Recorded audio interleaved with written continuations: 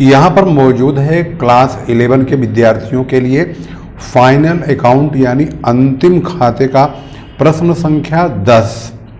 इस सीरीज में हम क्वेश्चन नंबर 9 तक ऑलरेडी सॉल्व कर चुके हैं। यहाँ पर देखेंगे तो रमा एंड सन्स फरीदाबाद के निम्नलिखित तलपट से 31 मार्च 2020 को समाप्त होने वाले वर्ष के लिए व्यापारिक एवं लाभ हानि खाता तथा उसी तिथि का आर्थिक चिट्ठा तैयार कीजिए। तो यहाँ पर ट्रायल बैलेंस बना हुआ है जिसमें 4 समायोजनाएं हैं, जिसमें मशीन पर 10% ह्रास काटना है, अदत्त व्यय वेतन का 100 रुपये, किराए का 100 रुपये है, 31 मार्च 2020 को अंतिम रहतिया 4000 रुपये का है और पूंजी पर 5% ब्याज लगाने के लिए कहा गया है।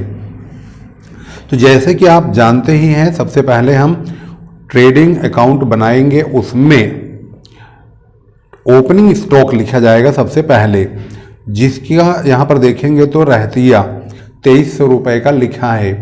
तो सबसे पहले इस फॉर्मेट में trading and profit and loss account इस प्रकार से as on 31 March 2020 particulars rupees लिखेंगे। सबसे पहले स्टॉक 2300 रुपये, उसके बाद परचेज जो अमाउंट हमारे ट्रेडिंग अकाउंट में आता है उसका फॉर्मेट हमने स्टार्टिंग में आपको बता भी दिया था। तो क्रय यानी ये 10,000 रुपये है क्रय, और यहाँ पर क्रय वापसी भी 100 रुपये का है। तो क्रय में से क्रय वापसी तुरंत घटा देंगे, तो यहाँ पर 9,900 रुपये बचेगा। इसके बाद जो ट्रेडिंग का अमाउंट है उस पर पूरी तरह से फोकस करेंगे, कोई भी चीज़ मिसिंग नहीं करेंगे। तो इसके बाद नंबर आता है वेजेज का, जो कि 4500 रुपये का है, और भाड़ा क्रय पर 130 रुपये का। इसके बाद यहाँ पर कुछ भी नहीं है जिसको हम ट्रेडिंग अकाउंट में लिखें। तो यहाँ पर हो गया मजदूरी यानी वेजेज, और फ्रेट ऑन परचेज यानी क्रय पर भाड़ा।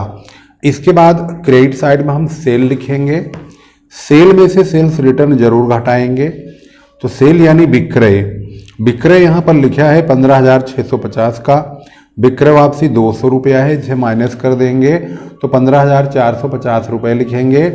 इसके बाद क्लोजिंग स्टॉक 4,000 रुपये का है, इसको लिखेंगे। क्रेडिट साइड का टोटल 19,450 है, ये ज़्यादा है और डेबिट साइड वाला अमाउंट कम है, तो 19,450 यहाँ और यहाँ लिखेंगे, और इसमें से 1, 2, 3, 4 इन चारों को घटा देंगे तो ग्रॉस प्रॉफिट जो कैरी डाउन होगा वो 2620 रुपये का होगा, जो कि यहाँ आंसर में दिया हुआ है। इसको ब्रॉड डाउन करेंगे, ग्रॉस प्रॉफिट BD हो गया। इसके बाद हम प्रॉफिट एंड लॉस का हिस्सा बनाना प्रारंभ करेंगे। तो सबसे पहले नंबर पे समायोजनाओं को ध्यान से देखें।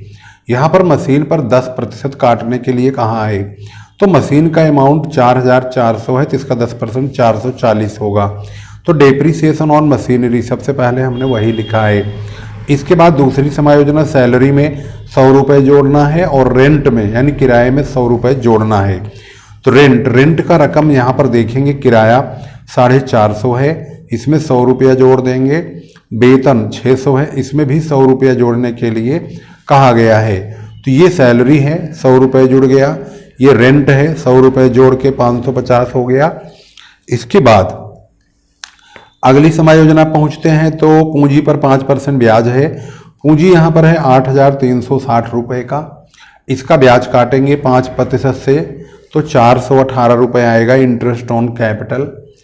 इसके बाद समायोजनाएं समाप्त हो गई हैं। अब जो हमारी बाकी की रकम जो खर्चे हैं या इनकम है उनको यहाँ से चेक करेंगे। जो रकम आने वाली है खर्चों पर फोकस कीजिए। एक तो बैड डेट्स 100 रुपये, इसको लिखेंगे, बैड डेट 100 रुपये का हो गया। इसके बाद वेतन हो गया, भाड़ा विक्रय पर, फ्रेट ऑन सेल 120 रुपया ये आ जाएगा यहाँ पर, ये रहा। इसके बाद रिपेयर 200 रुपये का ये आ गया। इसके बाद कोई इनकम इसमें नहीं है, ना ही कोई खर्चा है। 2620 में से 1, 2, 3, 4, 5, 6, 7 इन 7 रकमों को घटा देंगे, 92 रुपीज़ का नेट प्रॉफिट आ जाएगा। 2620 ज़्यादा है, इसी को हम दोनों तरफ लिख देंगे। फिर बनाते हैं बैलेंस शीट। यहाँ पर बनेगी बैलेंस शीट। बैलेंस शीट में सबसे पहले पूंजी लिखेंगे, तो यहाँ पर डेट वगैरह डाल देंगे, लायबिलिटीज रुपीज, एसेट्स रुपीज लिखने के बाद सबसे पहले पूंजी यहाँ पर है 8,360 रुपये का। इसमें नेट प्रॉफिट जोड़ेंगे वही 92 रुपया जो यहाँ पर आया हुआ है हमारे प्रॉफिट एंड लॉस वाले में, इसे जोड़ेंगे और इसका ब्याज ये जो 5% हमने 418 रुपये निकाला था, इन दोनों को जोड़ेंगे और आहरण को घटा देंगे, ड्राइंग को 600 रुपये का। तो ये काम होगा। तो सबसे पहले पूंजी लिखा, नेट प्रॉफिट जोड़ दिया, ब्याज जोड़ दिया, 8,870 आया। इसमें से ड्राइंग 600 रुपये घटा दिया, तो 8,270 रुपये का पूंजी आ चुका है। इसके बाद लायबिलिटी साइड को हम क्रेडिट साइड से ही देखेंगे, इस बात का ध्यान रखेंगे। तो यहाँ पर क्रेडिटर है 1700 का, इसको लिखेंगे। इसके बाद बिल्स पेएबल 3200 का लिखेंगे, तो यहाँ पर क्रेडिटर 1700, बिल्स पेएबल 3200। इसके बाद आउटस्टैंडिंग, बाकी क्रेडिट में कुछ नहीं है, तो इसका मतलब लायबिलिटी का और हिस्सा और भाग नहीं है। तो वेतन और यहाँ किराया, ये दोनों आउटस्टैंडिंग यहाँ लिख देंगे। इसका टोटल 13,370 आ चुका है। अब हम बात करते हैं एसेट साइड की। तो एसेट सबसे पहले मशीन लेंगे, मशीन का डेप्रीसिएशन काटेंगे 440 रुपया, तो 3,960 आएगा। क्लोजिंग स्टॉक यहाँ पर है, ये भी एसेट्स का हिस्सा है, 4,000 रुपया। इसके बाद यहाँ से देखेंगे तो देनदार, प्राप्य बिल, ये दोनों हमारी संपत्तियाँ हैं, इनको लिखेंगे। इसके बाद रोकड़ लिखेंगे, तो ये रहा देनदार, ये रहा बिल्स रिसीवेबल, ये रहा रोकड़, तीनों रकम हो चुकी है। बाकी और कोई संपत्ति यहाँ पर लिखा नहीं है। तो अब हम इसका टोटल करेंगे, 13,370 आ चुका है। और बैलेंस शीट का यहाँ पर आंसर भी 13,370 मिल गया। इस प्रकार से क्वेश्चन की जो शुरुआत हुई वो यहाँ से हुई, और क्रमशः धीरे धीरे करते हुए हम आगे बढ़े और इसके तमाम सॉल्यूशन को स्टेप बाय स्टेप पूरा किया, और ये बैलेंस शीट बनके तैयार हो गई। अब हम बात करेंगे क्वेश्चन नंबर नेक्स्ट 11 की। क्वेश्चन नंबर 11 आपके पास यहाँ मौजूद है। तो यहाँ देखेंगे सबसे पहले आदर्श इंटरप्राइजेज के नाम से 31 दिसंबर 2019 को समाप्त होने वाले वर्ष के खातों के शेष इस फर्म का जो है दिया हुआ है, व्यापार, लाभहानि खाता और आर्थिक चिट्ठा। वही सब में तीनों पूछ रहा है, तो इसमें कौन सी न्यारी बात पूछेगा, वही पूछ रहा है, वही निकालना है। तो सबसे पहले हमें ओपनिंग स्टॉक लिखना होता है ट्रेडिंग अकाउंट में। तो ओपनिंग स्टॉक अगर आप देखेंगे तो ये रहा 8,000 रुपये का, यहीं से प्रोग्राम शुरू होगा। तो यहाँ पर आप देख रहे हैं trading and profit and loss account as on 31 दिसंबर 2019। डेट वही डालिए जो सवाल में आपके दिया हुआ हो।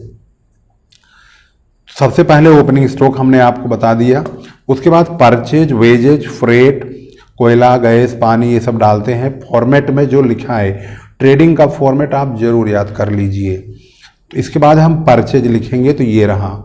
परचेज में से परचेज रिटर्न माइनस करते हैं, लेकिन यहाँ पर कहीं रिटर्न लिखा नहीं है, तो 10,000 रुपया पूरा का पूरा यहाँ पर लिखा जाएगा। इसके बाद मजदूरी आती है, अगर होती है तो उसे लिखते हैं है 2,000 रुपये। समायोजनाओं में कोई आउटस्टैंडिंग होगा तो जोड़ेंगे, फिलहाल 1,000 का आउटस्टैंडिंग मजदूरी में है। तो हम वेजेज है, इसमें 1,000 का आउटस्टैंडिंग जोड़ देंगे, तो ये 3,000 हो जाएगा। ट्रेडिंग के खर्चे वाले और कोई अमाउंट यहाँ पर नहीं दिया हुआ है। इसके बाद हम क्रेडिट साइड में सेल यानी विक्रय लिखेंगे। विक्रय में से विक्रय वापसी घटाते हैं, परंतु उसमें दिया नहीं है, तो 25,000 का सेल। इसके बाद क्लोजिंग स्टॉक 15,000 का दिया है, तो 15,000 का क्लोजिंग स्टॉक लिखेंगे। टोटल 40,000 आएगा, यही ज़्यादा है, इसी को यहाँ लिखेंगे। 40 में से ये 21,000 रुपये घटा देंगे, तो 19,000 का ग्रॉस प्रॉफिट आएगा, जिसे हम टू ग्रॉस प्रॉफिट CD यानी कैरीड डाउन के नाम से लिख देंगे। अगले भाग में प्रॉफिट एंड लॉस बनेगा, तो बाई ग्रॉस प्रॉफिट BD कर लेंगे 19,000 रुपये, और फिर स्टार्ट करेंगे हम समय योजनाओं की शुरुआत करेंगे। प्लांट और मशीन पर 10%, फर्नीचर पर नहीं, प्लांट और मशीन पर 5%, फर्नीचर पर भी 5% ह्रास लगाने के लिए कहा है। डेप्रीसिएशन, तो ये है प्लांट एंड मशीनरी, 15,000 का 5% 750 रुपये। और फर्नीचर 50,000 का 5% काटेंगे, इसका 2500 रुपये। तो इनका डेप्रीसिएशन सबसे पहले लिखेंगे 750 रुपये, फर्नीचर का 2500 रुपये। बिल्डिंग पर भी 10% है। भवन पर, तो भवन हमारे पास 10,000 है, इसका 10% होता है 1,000 रुपया। इसके बाद यहाँ की कहानी ख़त्म। एक और मतलब है यहाँ पर वेतन प्रीपेड यानी पूर्वदत्त है, वेतन में से घटेगा ये। तो वेतन हमारे पास यहाँ है 8,000 का, इसमें से 3,000 माइनस कर देंगे तो 5,000 लिख देंगे। हमारी समायोजनाएं समाप्त हो गई हैं। अब हम उन खर्चों को लिखेंगे जो यहाँ पर अभी बाकी बचे हुए हैं। जैसे कि सबसे पहला खर्चा बचा हुआ है कमीशन प्राप्ति, हमारी इनकम है 5,000, इसे क्रेडिट साइड में लिखेंगे यहाँ पर बाई कमीशन रिसीव्ड। अशोध्य ऋण ये डेबिट साइड में लिखेंगे, बैड डेट्स 5,000 रुपये का। इसके बाद अगला खर्चा है वेतन हो गया 52, जो छूट है 1,000 रुपये का, इसको लिख देंगे। इसके बाद है गाड़ी भाड़ा निर्गत यानी फ्रेट आउटवार्ड है ये 1500, अगर इनवार्ड होता तो ये ट्रेडिंग में आ जाता, तो इसको लिखेंगे कैरिज आउटवार्ड। अब हम क्रेडिट साइड टोटल देखते हैं 24,000 है, जबकि डेबिट साइड का टोटल कम पड़ता है, तो यहाँ तक का टोटल कर लेंगे इसको। इसका टोटल 24,000 में से इतना टोटल घटा देंगे तो 7,250 रुपये नेट प्रॉफिट आएगा। 7,250 रुपये नेट प्रॉफिट, ये आंसर में मैच हो रहा है बाकायदे। फिर बनाएंगे बैलेंस शीट। बैलेंस शीट में सबसे पहले पूंजी लिखते हैं।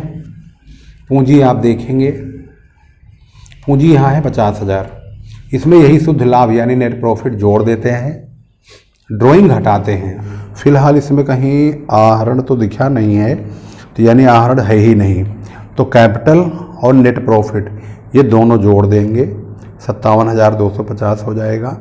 इसके बाद लायबिलिटी साइड में हम क्रेडिट साइड में जो रकम होती है उसमें से ही ढूंढते हैं, यानी डेबिट क्रेडिट है तो क्रेडिट साइड वाली रकम जो बची हुई है जिसे हम लायबिलिटी कहते हैं।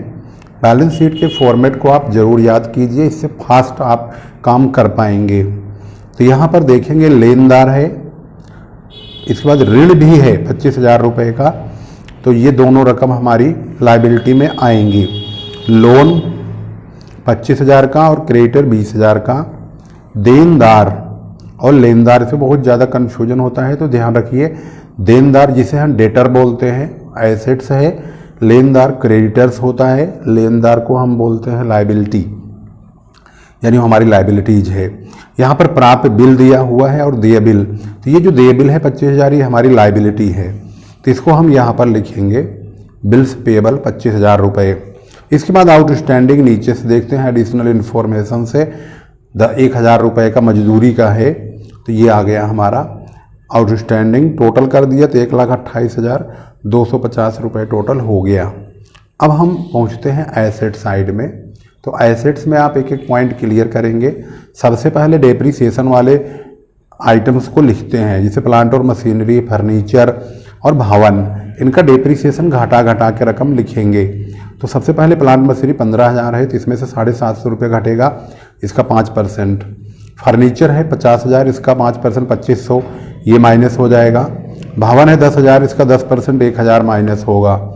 इस प्रकार से 15,000 में से 750 घटाया, बिल्डिंग के रकम में से उसका डेप्रीसिएशन घट गया, फर्नीचर में से फर्नीचर का घट गया।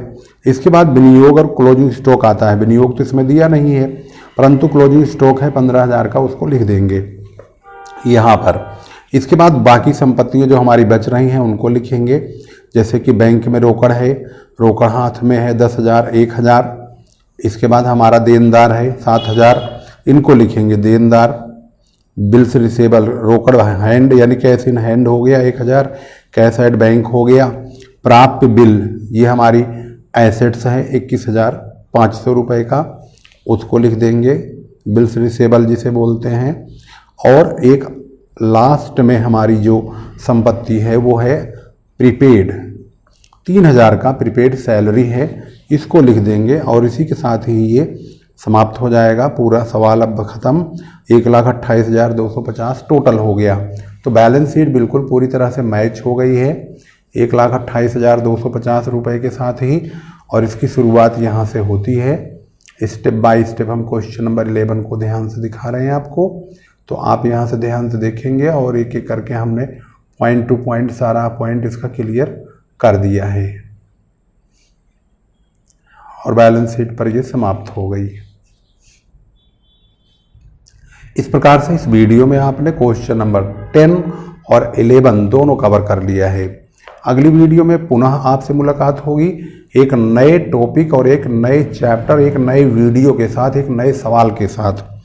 तब तक के लिए अपना ख्याल रखिए, वीडियो लास्ट तक देखा कीजिए और वीडियो शेयर भी कीजिए और अपने रिक्वायरमेंट, अपनी कमेंट जो भी है वो करते रहिए और उस कमेंट में आप अपनी ज़रूरतें बताते रहिए, जिससे मैं आप लोगों की ज़रूरतों के हिसाब से आप लोगों की वीडियो आप तक पहुंचाने का कार्य करता रहूं। अगर आप कमेंट करके वीडियोज मांगते रहेंगे तो मुझे पता रहेगा कि आपके लिए कौन सी वीडियो बनानी है, नहीं तो मैं अपनी मर्जी से बनाऊंगा। तो जो भी रिक्वायरमेंट मुझे सूट करेगा, मुझे लगेगा कि हाँ भाई अब इस वीडियो की ज़रूरत है, तो मैं अपनी मर्जी से वही वीडियो शूट करके यूट्यूब पे अपलोड करूँगा। तो इसमें हो सकता है कि आप किसी वीडियो के पार्टिकुलर इंतज़ार में हो और वो वीडियो आपको न मिल रही हो, इसलिए आप भी कमेंट करके अपनी ज़रूरत वाली वीडियोज़ ज़रूर मांग लिया कीजिए, जिससे कि मैं आपकी वीडियो आपकी चाहत के मुताबिक पहुंचा सकूं। फिर मिलते हैं, तब तक के लिए नमस्कार, जय हिंद, जय भारत।